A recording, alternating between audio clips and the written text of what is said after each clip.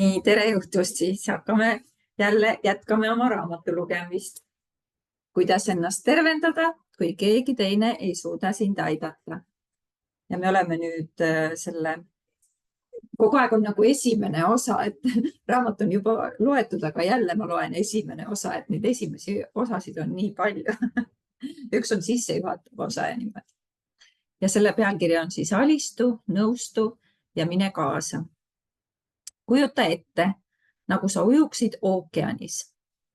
Kilomeeter on rannast eemal. Taevas on sinine ning maailm tundub olevat imeliselt kaunis. Ent minut hiljem kõik muutub. Kust need pilved küll tulid, mõtled sa? Miks kerkivad kõrged lained? Sa hakkad kartma ja alustad võitlust. Sa peksad jalgadega ja vehid kätega, raiskad viimsegi energiakübeme, et pinnal püsida. Juba 5 minutiga kurnad end välja. Ja nüüd paistab su pea veel vaevu lainetest. Mis aga juhtuks, kui muudaksid lähenemisviisi? Mis oleks siis, kui sa alistuksid ning lepiksid oma praeguse reaalsusega? Ma olen hirmu äratavas ookeanis. Lained on kõrged, ma ei suuda praegu neile vastu ujuda. Annan endast parima. Tahaksin pääseda, kuid praegu ma seda ei suuda. Mis oleks, kui pöörduksid selili, vaataksid üles suurde, vihasesse taevasse ja lihtsalt loobuksid? Kas tead, mis siis juhtuks? Mina tean. Sa jääksid veepinnale ja seejärel triiviksid kergemini mis tahes suunas. Alati juhtub midagi, kui alistud ja lepid sellega, et oled praegusel hetkel just siin. Leiad võimaluse olla sellega ja iseendaga rahul ning lakkad võitlemast. Sa vabastad end vähemalt poolest rängast tööst, mida oled siiani teinud. Sul jätkub energiat olla kogu katsumuse vältel sina ise. Sul on võimalik leebuda ja lõõgastuda. Sa ei rabele enam. Tänu sellele vabaned palju kergemini kui kunagi varem. Esimeses osas uurime, kui tähtis on omaks võtta koht, kus sa praegu viibid. Ehkki sa ei pruugi olla seal, kus tegelikult olla tahaksid. Saad teada, miks see on oluline ja õpid tundma võtteid, mis aitavad sul sellega toime tulla. Saad kasutada loodud ruumi, et leebelt iseendaga tegeleda ning rajada tervenemiseks kindel alus. Sa ei tohi oma teed vihata, ükspuha, kuhu see ka ei kulgeks.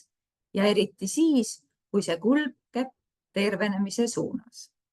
Sa lihtsalt ei saa seda teha. Kui loobud võitlemisele energiat kulutamast, leiad endale uue ja kindlama lähtepunkti. Samuti avastad, kuidas tasahilju suunata oma mõtteid sellest, kus oled praegu. Nii on sul võimalik end hoopis paremini tunda, senikaua, kuni jõuad lõpuks sinna, kus tegelikult olla tahad. Nii. Aeg võitlemisest loobuda. Kui enam ei jõua, on tervislik alla anda. Seda on öelnud Jonathan Franzen. Minule tundmatu. Alistumine on sõna, mida tõlgendame allaandmisena, ent alistumine sellele, kus sa praegu viibid, ei ole sugugi mitte allaandmine. Hoopis vastupidi, see tähendab, et võtame oma lähtepunkti täielikult omaks. Selles peatükis mõistad, mida alistumine tegelikult kaasa toob. Loed näiteid sellest, mida alistumine tähendab ning õpid olulisi võtteid, mis aitavad sul alistuda. Häälutamise ja leebe palumise võtteid kasutades pole sa mitte ainult alistumise mõistmise teel, vaid teedki seda päriselt. Ehkki ohtusid kohates on väga inimlik reaktsioon neist kas hoiduda või nendest läbi tormata. On ülimalt oluline ikkagi kohal olla ka sellises paigas, kus tahaksid kiiresti pageda. Alistumine ei tähenda allaandmist, see tähendab lihtsalt, et vabastad vastu hakuks kuluva energia ning otsustad võitlemise asemel terveneda. Olla seal, kus sa oled, on uskumatult oluline, sest seegi on osa sinu tervenemisest. Sa ei viibi siin praeguses kohas mitte selleks, et leida täiuslik arst, kes taastaks su keha ning eemaldaks sellest kõik sinu halvad tundmused. Sa oled siin selleks, et rääkida oma hingega. Sa oled siin, et harjutada lahket suhtumist iseendasse, sõltumata sellest, kus sa hetkel viibid. Sa oled siin selleks, et muuta oma elu rõõmsaks kogemuseks, nagu see on määratudki olema. Mis ma tunnen ennast nii palju selles lugemises ära nagu vaata. See on hästi huvitav. Ma loen ja siis ma tunnen nagu. Kui alistud, siis lihtsalt lubad olla piisav täpselt sellel, mis praegu on. Jõudmine paika, kus sa ei tunne end halvasti sellepärast, et tunned end halvasti, on esimene oluline samm. Ja, sest ma olen oma kodus ja siis ma nagu mõtlengi, et mul on kõik hästi ju. Mul on katus pea kohal, mul on kõht täis, lapselaps on siin, kõik on rõõmus. Et jah, inimene kogu aeg tahab midagi, aga tegelikult ongi see kõik siin, see on juba olemas sul. Kui me alistume lihtsalt olemisele, siis seame enda otsekohe vabanemisseisundisse ja vabanemisseisundis viibides oleme omakorda tervenemisrežiimis. Meie klammerdume mõtte külge, et tervenemine tähendab millegi tegemist, ehkki sageli on see lihtsalt olemine. Jäik tegutsemine ei ole alati vajalik ega kasulik. Tervenemine võib sinu ellu tee leida, kui loed midagi innustavat. Muutud veidi teadlikumaks või suudad lihtsalt enda vastu kaastundlik olla. See võib juhtuda ka mingil vaiksel hetkel, mis kingib sulle uue nägemuse või annab juhatust. Seda laadi tervenemiskogemused on võimatud, kui viibime mentaalse või füüsilise ülepinge seisundis.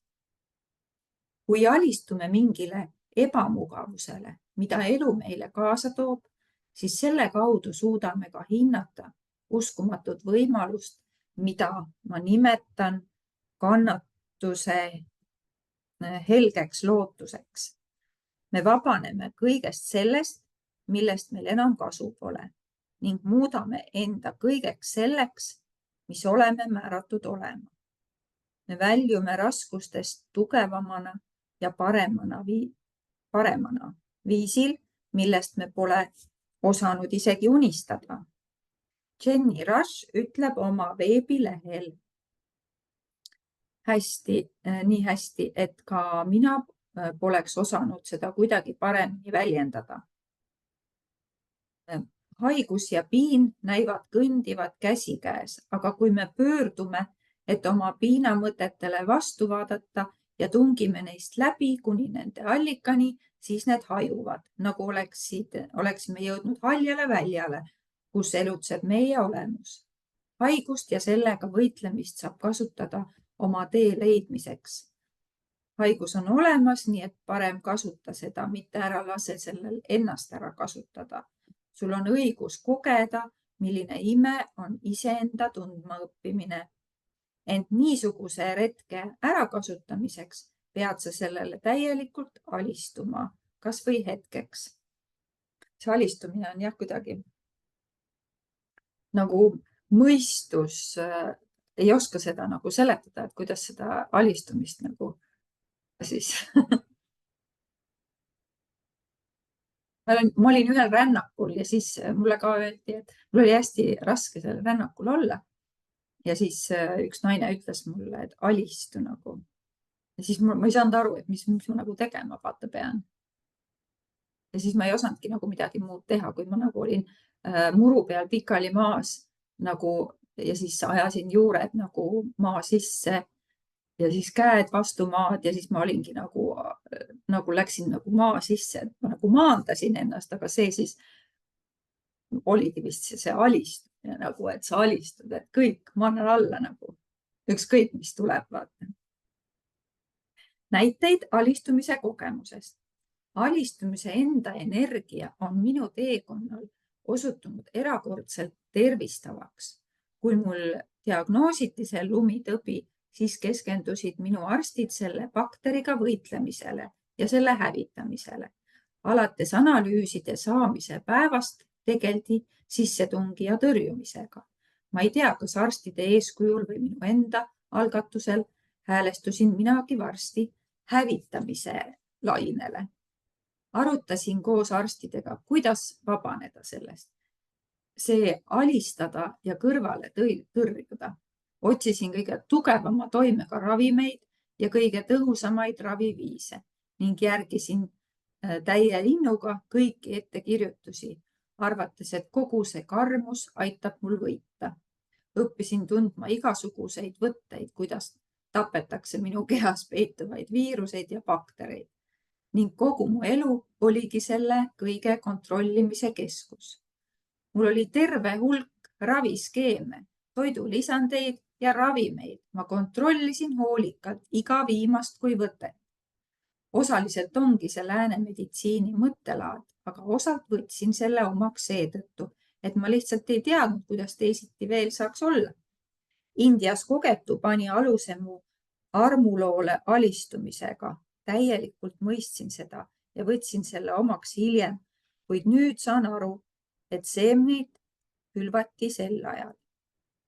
Igal haiglas oleku päeval kartsin ma tilgutite aega. Pelgust süvendas seegi, et kodus olin harjunud kõiki ravitoimikuid dikteerima, alates sellest, et süstisin ise mulle välja kirjutatud antibiootikume. Siis ma nõudsin, milliseid vereanalüüse peaksin tegema.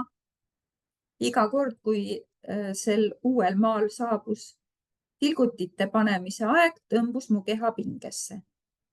Ja ma jälgisin üksikasjalikult õdede iga liigutust.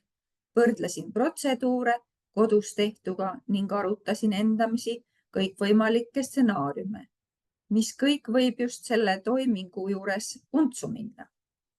Siis ühel täiesti juhuslikul päeval, teadliku alistumise hetkel, otsustasin lihtsalt loobuda.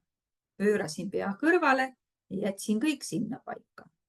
Otsustasin, et kui pean surema sellepärast, et keegi seal tilguti teisiti, kui olen sellega harjunud, keegi seab tilguti teisiti, kui olen sellega harjunud, siis olgu pealegi nõnda. Ma lihtsalt ei saanud jätkata vanaviisi. Heitlus selle eest, et kõik oleks nii, nagu ma olen harjunud, kurnas mu energiat. Tegelikult oli mu keha püüdnud mind juba pikka aega just sellise mõttelaadi eest hoiatada. Ent alles siis äkki ja pealtnäha täiesti põhjusetult mõistsin ma, mida kogu see tõrkumine minuga teeb. Edaspidi harjutasin iga päev tilguti seadmise ajal alistumist. Hinga sügavalt, pööra pead. See rituaal kestis nädalaid, enne kui ma rutiiniga harjusin, leppides aegamööda tõsiasjaga, et usutavasti ma ei suregi tilguti paneku ega alistumise pärast. Täiesti võimalik, et see oli minu esimene arglik samm vabaduse suunas. Mõistsin sel hetkel, et suudan tuua endale kergendust lihtsalt lõõgastumisega. Hiljem tuli mul palju kordi selle näite juurde naasta, meenutamaks energiat, mida oleksin saanud ikka ja jälle alistumisega säästa. Isegi ja eriti siis, kui see oli ebamugav. Nüüd ma mõistan, et kõik need aastad, kui ma innukalt oma tõbe õhutasin, sümptomeid jälgisin, iga hetke kontrollisin ning haigust vihaselt tõrjusin, raiskasin tegelikult hoopis energiat, heideldes iseenda kehaga. Olin laskunud võitlusesse kõige vastu, kaasa arvatud iseenda vastu. Alistumine nõuab suurt julgust. Sa pead sellega raskusest hoolimata toime tulema ning ühtaegu loobuma mõttest, kuidas kõik peaks olema, vähemalt esialgu. Seegi pole kerge. Ent rataste liikuma panekuks pead ainult esitama endale selle ühe küsimuse. Nõudku see, kui tahes palju aega, kas ma tahan tervenemiseni jõuda, võideldes või sinna vaikselt kanduda. Kõik sõltub sinu energiast. Vali arukalt. Tahan jagada sinuga üht oma lemmikute kliendi näidise alistumist. Kui ma Susaniga alustasin, siis oli ta suuremas masenduses kui ükski mu klient enne seda. Ta oli lehekülgede kaupa kirja pannud arstide nimesid, sümptomeid, arstimeid, raviprotseduure, mis olid täitnud viimased 10 aastat tema elust. Ta ei mõistnud, miks ta ei parane ning miks keegi, kelle juures ta oli käinud, ei suuda teda aidata. Selles naises möllas raevukas võitlus ja selleks oli põhjus. Häda peitus selles, et ta oli haigeks olemisest nii haige, et ta kurnas ennast püüdes mitte haige olla. Ta vihkas ennast iga päev selle eest, et ta ei tervene. See häälestas ta võitlemise, põgenemise või paigale tardumise mõttelaadile ja see muutis tema tervenemise veelgi raskemaks. Me kulutasime mitu seanssi lihtsalt mõne võtte harjutamiseks ja temas kujunes välja rahulolu selle reaalsusega, kus ta viibib ning et ta suhtuks endasse kenasti, hoolimata sellest, et tal on halb enesetunne. Ehkki ta polnud esialgu selles lähenemises üldse kindel, ütles ta ühel päeval, et oli ennast ärgates kuidagi teisiti tundnud. Kui ma palusin, et ta seda selgitaks, siis vaatas ta, et esimest korda 10 aasta jooksul oli ta tundnud ennast vaba ja rahulikuna. Jäi mulje, et ta oli kergendanud oma kohutavat rusuvat ruttu kuhugi mujale või kellekski teiseks saamise koormat. Nõnda algas Susani teekond mitte ainult parema emotsionaalse, vaid ka füüsilise enesetunde poole. Kindlasti polnud juhuslik, et kohe, kui ta hakkas väärtustama ennast ja oma lähtepunkti, vabanes ta energia tervenemiseks. Kui meile ei meeldi, mismoodi meie elu välja näeb, siis peame mõnikord viivitamatult otsustama, et võtame kõike nõnda, nagu see on. Sageli vajame nimelt seda. Teadmine, et alistumine on kasulik ning teadmine, kuidas alistuda, on täiesti erinevad. Seega jagan sinuga ideid, kuidas tuleks toimida. Lõppeesmärk on tunda ennast praeguses olukorras piisavalt mugavalt, et su keha saaks lõõgastuda. See ongi kõik ja see on ju lihtne. Häälutamine. Tutvusin häälutamisega Delfis, kus see kajab kogu linnas. Põlvitasin koos oma vennanaisega, kes oli mul Ühendriikidest külla sõitnud, millegi altari taolise ees, aga ega mõistnud nende helide tähendust. Enne häälutamise algust ei olnud meil võimalik ei küsimusi esitada ega oma tundeid väljendada. Energia kerkis mu ümber, kui läksime sellega kaasa, esialgu aeglaselt ja seejärel üha kiiremini. Sain teada, et see talitus oli toimoku häälutamine eriliste sõnadega, mis väljendavad sisemist pudalikkust. Meie sünkroonne häälutamine tekitas ruumis püsiva pümina.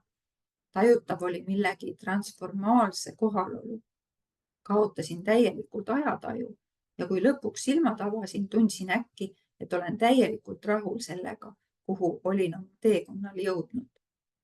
Meile soovitati samamoodi jätkata ning jääda imede teadlikuks.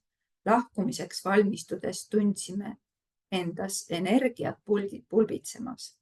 Ikka veel juhtunu tähtsust mõistmata arutasime Tatjanaga tagasiteel, et vähemalt oli kõik kogetu ülivahva. Haiglapalatisse jõudnud otsisime selle termini Daimoku tähendust ning sain teada, et olime äsja häälutanud. Vaatasin klippi tema esinemisest TV-ajakirjaniku saates. Tema sujuvast häälutamisest sai minu uus siht. Ma häälutasin, kui olin hirmunud, vihane või lihtsalt sageduses või segaduses. Valuhetkedel kerkis minu sisemusest häälutusi. Häälutamine aitas mul alistuda, sest viis mu tähelepanu ühtaegu võitlemisest eemale ja samas aitas mul kohal olla, muutes rasked hetked talutavaks. 1000 aastaid on laulmine olnud paljude kultuuride ja religioonide spirituaalne tava. Häälutamine tekitab iga sõnaga erilisi vibreerivaid helisid, mille vägi aitab vabastada energiat. Kordused juhivad teadvuse igapäeva virvarrist kõrgematesse vibratsioonidesse. Niisugune vibratsioon kandub üle kogu keha, vabastades selle blokeeringutest.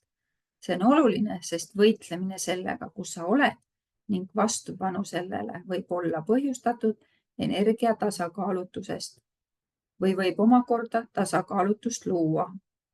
Kuna iga meie keha, molekul, rakk, kude, elund, nääre, luu ja kõik muu vibreerib omamoodi, siis iga nendega kooskõlav võnkumine või heli võib avaldada meile suurt mõju. Kuna sageli tunneme end häirituna, sest me ei saa kohe praegu oma olukorrale midagi ära teha, on häälutamine ka selle peale hea tehnika, et annab meile selle tegemise tunde. See pakub meile aktiivset tegevust, mis aitab tähelepanu kõrvale juhtida tahtmisest kõik otsekohe joonde ajada. Korduvad fraasid nimetatakse mantraks. Paljude palvete mantra lähtub Jumala nimest, kuid sa võid kasutada mis tahes positiivset fraasi, mis on näiteks mõnest iidsest ajast pärit või spirituaalset sõna või lauset, mis sind üldse ise kõnetab. Sõnad on lihtsalt energia, nagu kõik muugi. Seetõttu mõjutavad need vahetult meie keha. Seda teadmist meeles pidades oleks sul kasulik valida häälutamiseks mingi fraas, mis tekitab sinus eriliselt hea tunde või tähendab midagi, mis aitab sul ennast hästi tunda. Kuna mantra valimiseks on lõputu hulk võimalusi, siis on mul loetelu ääretult napp, kuid kõlbab alustuseks küll. Leiad peagi iseendale oma mantra.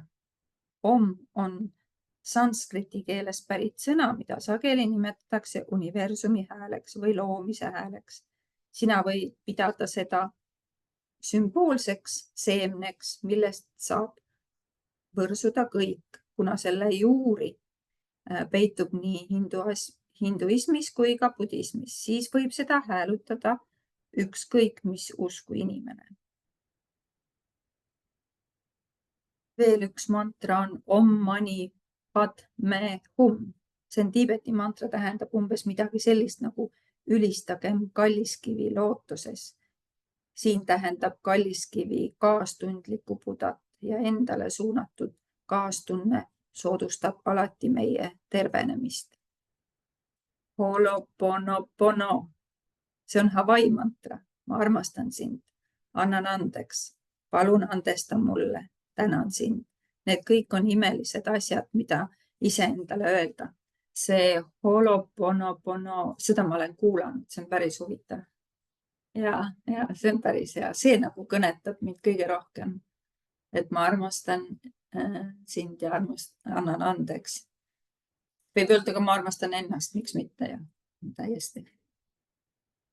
Siis on veel Om Kum Ganapata Dayana Maha.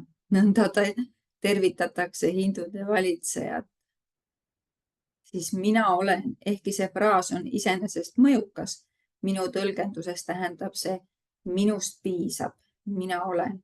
Võid sa kergesti lisada sellele kinnitusele öeldes, ma olen tugev, mina olen rahu, ma olen paranemas, ma olen armastus, ma olen vägi, ma olen teadlikkus, ma olen loovus, ma olen raha. Et neid saab ise nagu lisada. mina suudan on väga mõjukas mantra, sest see võimaldab meil jääda oma määratusväes ja võimekuses iseendaks. Mulle meeldib seda laiendada näiteks nii, ma suudan seda teha, ma suudan terveneda, ma suudan ja kõik on hästi. Selle oma lemmikväljendi õppisin ma tekstidest, Louise Hay tekstidest, isegi ajal, kui ma seda ei uskunud, tundsin, et see on tõsi, kõik on hästi. Ole praegu siin, see hoiab meid käesolevas hetkes, kus on võimatu tunda kahetsust, kibestumust või muret, nagu juhtub siis, kui keskendume minevikule või tulevikule. On veel neid mantraid. Seegi möödub, see on minu lemmikmantra, meenutan endale alatasa, et kõik on mööduv, nii minu praegune eluhetk kui ka emotsioon ja kõik muu samamoodi. Kõik möödub nagu tuuleiil ja liigub edasi, kui ma seda luban. Tunnen ennast hästi, olen terviklik. Sellest kuulsa raamatu Jooga autobiograafia trükisest. See lausund sai üks minu kõigi aegade lemmikväljendeid. Kui oleme ohus, siis kaldume nägema ennast murtuna. Ma tunnen ennast hästi, olen terviklik. Ja siis muidugi aitäh. Tänu on üks mõjukamaid tervendamisvibratsioone. Arvatavasti kuuled juhtumitest, kus ainuüksi tänulikkus on aidanud inimestel paraneda suurtest raskustest. Nii, ja näitab mulle, et on 10 minutit veel aega. Üks korraga õpetusi kirjutamisest ja elust. Üks lind korraga. Võta lihtsalt üks lind korraga. Niisugune lähenemisviis on äärmiselt lohutav. Sa võid seda häälutada, et vabaneda rusuvast tundest, nagu peaksid absoluutselt kõik ära tegema. Eriti veel ühe korraga. Enne kui alustad häälutamist, et tunneksid ennast paremini selles kohas, kus hetkel viibid, soovitan sul seda seada endale eesmärk. Siin on häälutamine lühike ja leebe alistumisega.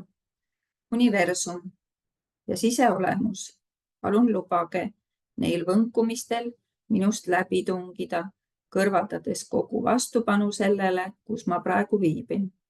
Aidake mul leida rahu ja nii see juhtub. Sa alustad häälutamist ja jätkad seda nii kaua, kuni suudad. Kui mantra ei ole inglise keeles, siis on mõnikord kasulik kuulata sellest kõigepealt videosalvestust või vaadata internetist, milline on õige hääletamisviis. Samuti võid kaasa häälutada, alustada võiks aeglaselt. Mina alustasin lühikese häälutusega. Häälutused algavad sageli vaikselt, aeglaselt, muutudes järjest valjemaks ja kiiremaks. Ent hääluta nõnda, et vibratsioonid tekiksid kehas meeldiva tunde, sest see mõjub tervenemisele kõige paremini. Kui tunned, et istudes on raske häälutada, siis võid teha seda edaspidi või edasi-tagasi sammudes või jalutades. Häälutamine on nii kerge, et tundub peaaegu liiga lihtsana. Ükspuha missugust lähenemisviisi sa otsustad proovida. Pea meeles, et otsiksid oma rütmi ja järgiksid oma teed. Väärikas palumine. Ehkki ma üles kasvades ei palvetanud ning tundsin selle mõtte vastu isegi vastumeelsust, siis oma kõige rusuvamatel ja süngematel päevadel mõnikord lihtsalt palusin. Hüüdsin pimedusse ja palvetasin, teadmata isegi kelle poole. Palvetasin ikka ja jälle, kui olin meeleheitel. Mitte väärikalt, vaid puhtast valust, pisarad silmis ja tatt ninast nõrgumas. Kui olin uppunud kohtadesse, kust ma ei lootnudki välja saada. Haarasin palvest ning sain sealt seda leevendust, mida meeleheitlikult vajasin. Juba ainuüksi teadmine, et palvetamine on mulle alati saadaval. Olev vahend, reeglite puudumine selles kõige loomupärase ja loomevabaduse küllus aitasid mul seda tegevust omaks võtta.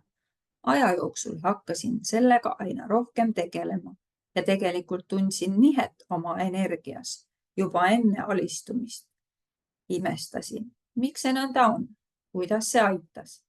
Kõik peitub alistumises. Sa lihtsalt viskad probleemi välja nii oma kätest, südamest ja hingest ning jätad selja taha. Ma pean selle otse kohe korda tegema, mure. Jätad maha. See on endast suuremale väele üleandmise energia. Alistudes kutsume alati esile tähtsa lõõgastumise reageeringu. Alistumine on ülim koht lõõgastumiseks, sest selles ei tarvitse midagi teha, lihtsalt olla. Tegelikult usun, et palvega seotud positiivsed tulemused, mida on nüüd rohkem uuritud kui kunagi varem, lähtuvad samuti olulisel määral lõõgastumise reageeringust. Kui algul karjusin ja nutsin, siis nüüd eelistan väärikat palumist, mis sarnaneb palvega, kuid on vaba mis tahes negatiivsetest religioossetest assotsiatsioonidest. Tegelikult oli nõnda, et ühel hetkel avastasin ma, et ingliskeelne sõna prayer, palve, pärineb ladinakeelsest sõnast precarius, mis tähendab saadud paludes. See on kõigile jõukohane ja igaühega seostatav. Minule avaldab see kõige soodsamat mõju siis, kui olen täielikus alistumise seisundis ja see saabub sageli alles siis, kui olen ammendanud kõik muud võimalused, üritades oma hetkeseisundit valitseda. Ehkki niisuguse tegevuse, olgu see palvetamine või palumine, eesmärk ei tarvitse olla tervenemine. Tundub tervenemine sellega siiski kaasas käib.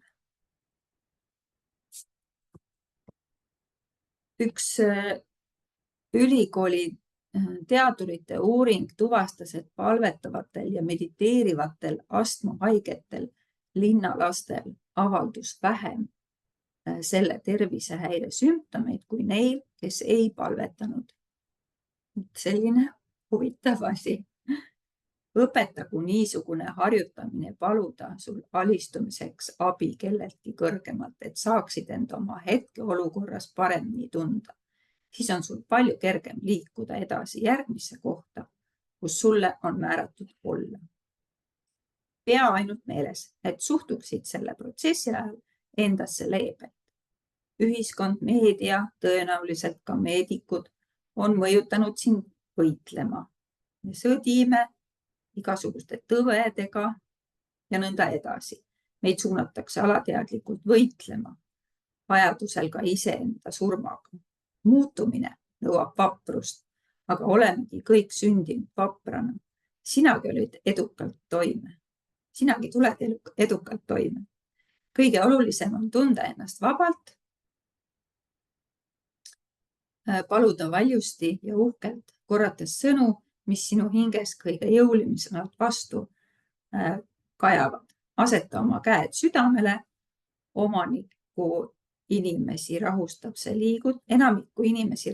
liigutus, tõmba siis jõuliselt sügavalt hing sisse, korda ükskõik missugust mantrat, hinga iga korra vahel sügavalt ja jätka, kuni tunned kergendust. Nii, nüüd ma pean küll kinni panema, et nüüd on tänaseks on lõpp.